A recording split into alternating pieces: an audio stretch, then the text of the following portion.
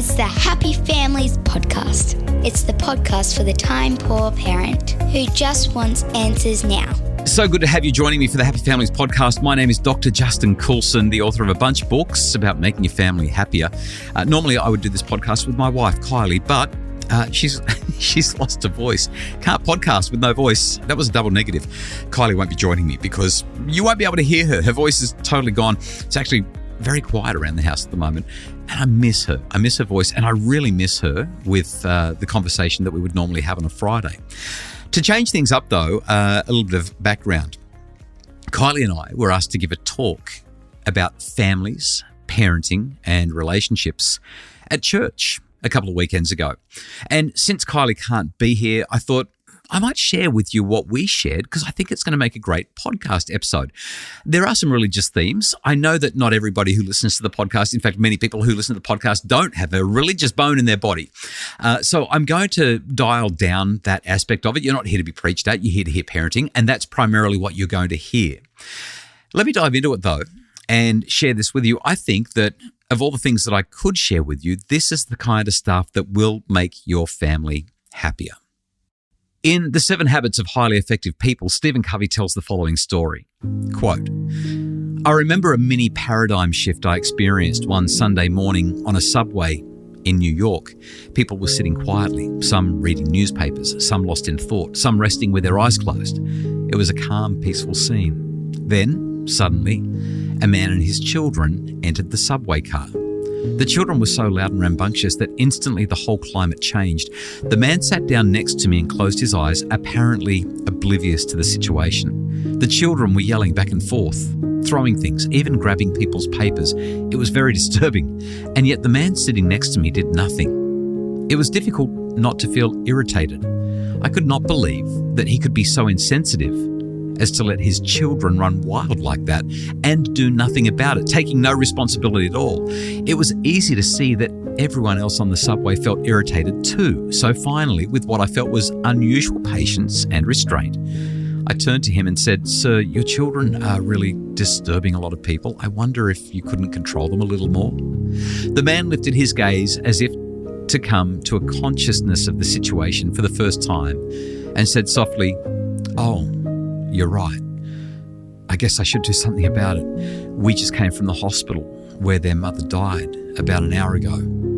I don't know what to think, and I guess they don't know how to handle it either. Can you imagine what I felt at that moment? My paradigm shifted. Suddenly I saw things differently, and because I saw differently, I thought differently, I felt differently, I behaved differently. My irritation vanished.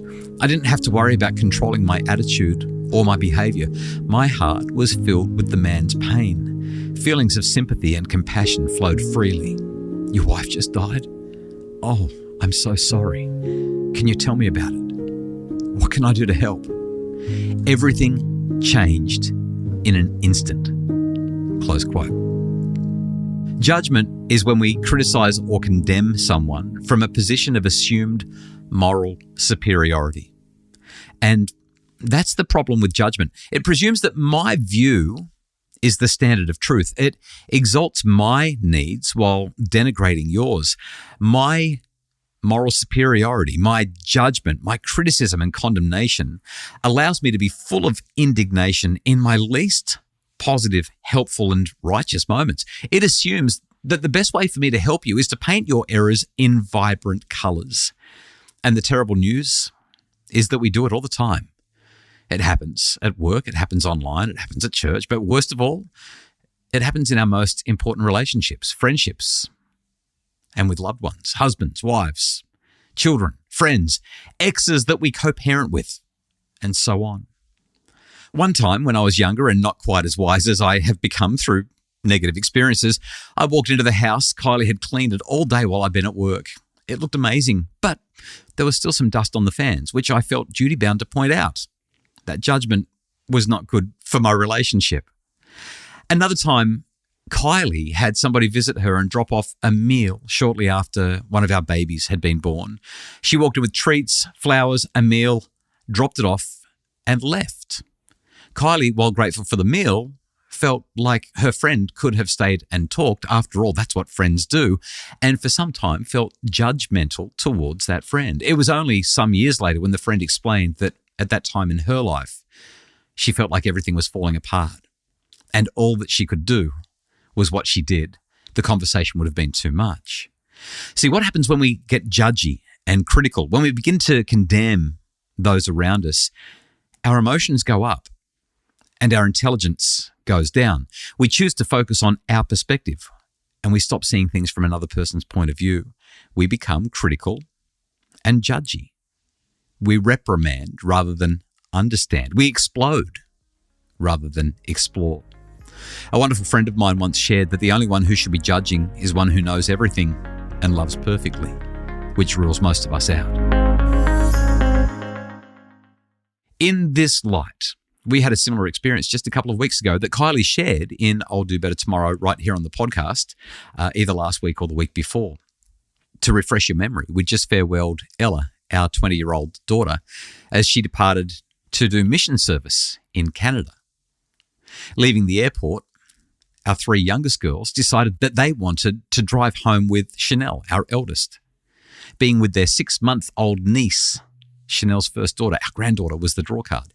Walking to the car, our 5th daughter, Lily, began fighting with her sisters about who was going to sit where in the car. Chanel said, "If this keeps on going, you're not going to be driving home with me, Lily." And Lily stormed off. So Kylie followed, preparing her incisive remarks about Lily's behaviour as she walked toward her.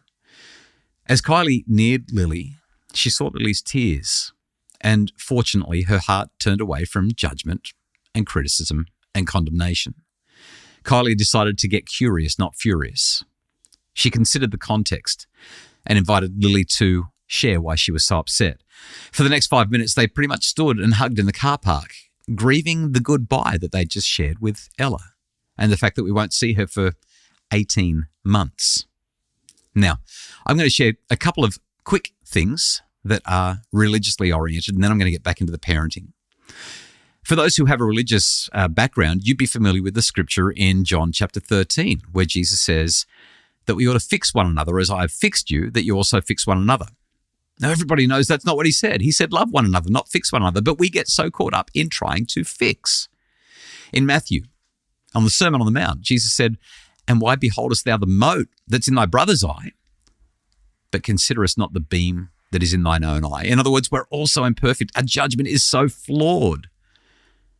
And our job is not to be judgy and keep fixing. Yes, we can have expectations. Yes, we can encourage and guide, but fixing is not part of the program.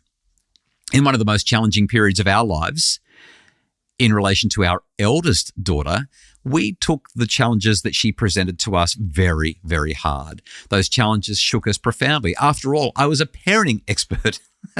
And so we began to question a lot of things in our lives. Our initial response was to parent harder. We increased preaching at her and fixing her and coercing her and begging her and punishing her and berating her and judging her and pushing and pulling and provoking. And in our mind, our judgment seemed correct. And maybe it was, but that behavior on our part drove her out of our door and out of our arms and away from our influence.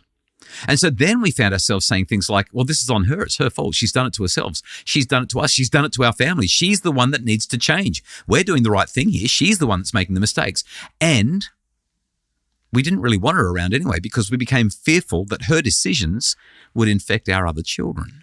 But here's the thing. Our demands were unfruitful. When we had a conversation with a wonderful friend and mentor, he counseled us that love was the answer. But our daughter seemed so unlovable. And she made it clear she did not want our love. Apart from that, how do you love her without it making look like you're condoning what she's doing? Well, it was around this time that I had an insight. I didn't have the right to correct anyone I didn't love. Now, that seems reasonable to say, but there's a trap there. When I feel genuinely loving towards someone, I generally lose interest in correcting them. I just want to love them. I want to have them close to me. See, my daughter wasn't the problem. I was. It was my judgment that was driving the wedge in the family. It was my judgment that made her feel unwelcome. It was my judgment that was pushing her away, and that meant that Kylie and I could have zero influence. Our home was not the safe haven that it ought to be for her. We were the problem. We were trying to fix our daughter. One of my all-time favorite quotes that does come from a religious leader but doesn't really have much of a religious undertone is this. He says, when a battered, weary swimmer tries valiantly to get back to shore after having fought strong winds and rough waves, which he never should have challenged in the first place, those of us who might have had better judgment or perhaps just better luck ought not to row out to his side, beat him with our oars, and shove his head back underwater. That's not what boats were made for. But some of us do that to each other. As I reflect on the things that I've talked about, there's a quote that really means a lot to me. It comes from a talk called The Virtue of Kindness. And here's what it says. Kindness is the essence of a wonderful and good life. Kindness is how a Christ-like person treats others. Kindness should permeate all of our words and actions at work, at school, at church, and especially in our homes. There is no substitute for kindness in the home. But you ask, what if people are rude? Love them. If they're obnoxious, love them. But what if they offend? Surely I must do something then. Love them. Wayward? The answer is the same. Be kind. Love them. Who can tell what far-reaching impact we can have if we are only kind? So that's basically what we shared. Now, there does need to be limits. We do need to be kind and help our children to know that there are expectations around their behavior. But when we do that kindly, we just get so much better results. I hope that as you've listened to that, you've found some inspiration in there. Maybe this will help you to be better tomorrow. If your children are driving you crazy, as children often do, hopefully there are some words there that will be encouraging for you this weekend and into next week. Thank you so much for listening to the Happy Families podcast. On Monday, assuming Kylie's voice is better, we're going to be talking about one of the hardest decisions that I've ever seen on social media.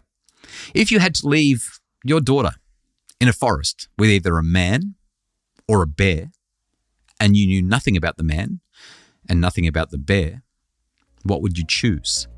That's coming up on Monday, a great conversation that I think you're going to love if Kylie gets her voice back. Thanks so much again for being a part of the Happy Families podcast. We love having you as part of our community.